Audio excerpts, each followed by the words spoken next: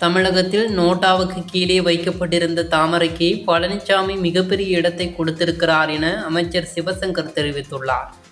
சென்னையில் செய்தியாளர்களிடம் பேசிய அவர், ஒரு காலத்தில் வட இந்திய கட்சிகள் அதிமுக தலைவர் வீட்டு வாசலில் காத்திருந்தது போய் இன்றைக்கு ஒவ்வொரு முடிவையும் டெல்லிக்கு பறந்து சென்று எடுத்து வருகிறார் எடப்பாடி பழனிசாமி என்று கூறினார். அவர் மட்டுமல்ல, அவருடைய கூட்டணியில் உள்ள கட்சி தலைவர்களும் கூட டெல்லிக்கு போய் வந்த பின்னர்தான் தங்களின் பிரச்சனைகள் தீர்ந்தது என்று சொன்னார்கள்.